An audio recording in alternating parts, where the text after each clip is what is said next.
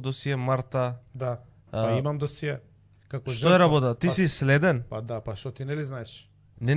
Јас, нели, го пишуваат кога сакаат да те навредат, кога сакаат да те нападнат тебе на лична основа, говорат дека си бил удбаш и дека твоето досие е Марта. Да бе, моето досие е објавено. Добро. Во обидите за растурање на ВМРО ДПМН, тоа е том 8. Од досието ми е отворено за време на студентските протести, 97-ма. Значи, подигањето на глас како студенти против Законот за педагошки факултет нас не заследува државна безбедност, ни отвара досија, мене ми е отворено во март и затоа е даден псевдонимот Марта. Има два типа на досија. Досија на жртви и досија на соработници. Јас немам објавено досија на соработници, затоа што полицијата ги нема дадено тие досија. И веројатно се уште ги чуваат некаде, ако не ги уништиле, во полицијата. Тоа се луѓе кои што соработуваат, но кај жртвите што ги објавивме, Добро. често во белешките на оперативните работници може да се забележат изворите под псевдоними или соимиња. Или на едно место се споменува извор, а на друго место односно псевдоним, а на друго место име и презиме, па со крос референс се дознава за кој се работи.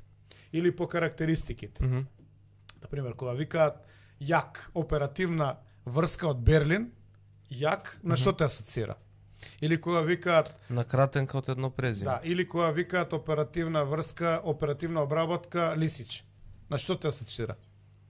Добро, Љупчо е Мона Лиза и така натаму. Значи, суштината е што на нас не ги дадоа доушниците, соработниците. Инаку ја и нив ги објавив. Тие ги штитат се уште. Тоа што ги штитат е многу погодно, затоа што преку нив дознаваат што се случува во многу од партиите, а мислам и во ВМРО ДПМН. Мислиш дека и до ден денес на тој начин работат? Да. 100%. И истите луѓе кои што тогаш работеле за службите, не знам, нивните деца, нивните роднини денеска ја продолжиле таа соработка? Не знам дали ја продолжиле, треба да видам документи. Од тоа што сум го видел, знам дека генерации и генерации тоа го прават или наредните генерации уживаат бенефит од соработката со тајните служби. На штета на вистинските патриоти, на штета на квалитет, бидејќи тоа е негативна селекција. Тоа е напредување по принцип, окей, татко ти или дедо ти работеше, сега ние те држиме за наш и во одредени моменти веројатно значи дека може да ги активираат. Значи, они нас не заследија. Агенти спијачи, на некој начин. Не се тие агенти спијачи, тоа се благодарници, да. И тоа е одржување на лојалност. Значи, луѓе кои никогаш не би... Значи, тоа е одржување лојално. Фала што дедо ти беше ова, еве ти од нас за тебе, ама утре кога ќе треба, човекот си знае кај му влежи обврската и кај треба да биде лојален. Бидејќи имам повеќе прашања дали Али Ахмети е соработник на службите, пред мене имам неколку документи и ги проверувам, ги читам, Ајде, што е тоа? Савезни секретаријат за внутрашни послове на Македонски сојузен секретаријат за внатрешни работи и ова службени тајни и така натаму. Ајде, слушам. Оперативни врски, службени белешки, кои што, како и слично. Добро. За повеќе лица, меѓу кои што Али Ахмети не е. Но има луѓе кои што зборат од овие врски за...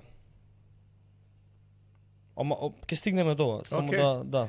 Значи, и сега, повремено, кога ќе ги спомнеме ние, ја не знам дали му беше намерата на Љупчо, меѓутоа спомнавме одредени ликови, одма си ги покажаа роговите. Ми пуштаат пораки, закани и така натаму. Мислам тоа, ја 5 пари не дам за тоа, бидејќи знам за какви ликови се работи. Тоа што се они представиле, дали кај Љупчо или кај Груја или поединечно или у пакет дека се жртви, тоа не е мој проблем.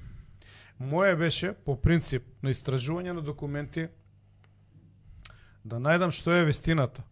Конкретно за Драган Богдановски. Он е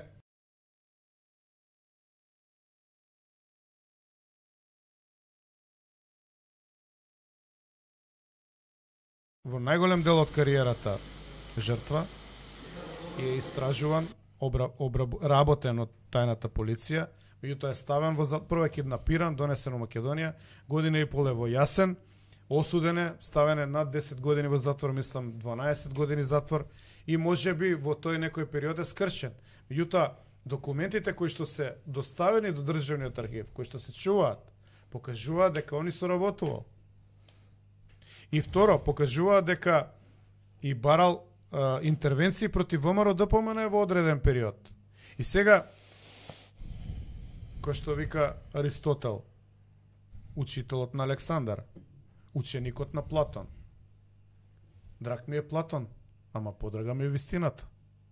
Јас ги сакам сите тие наши борци и се што се случувало тој период е мощно интересен за истражување, а многу малку историчари македонски го истражуваат 45-90.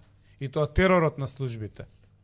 И тоа треба да се знае. Меѓутоа, кога ќе дојдеш на документ кој што не ти одговара, у наводници, што треба да направиш? Да го премолчиш или да го кажеш? Добро, овие документи кои што ги имаш ти објавено, можат ли да бидат аргумент на македонска страна кога станува збор за оне проблем кој што го имаме со Бугарија, затоа што тие се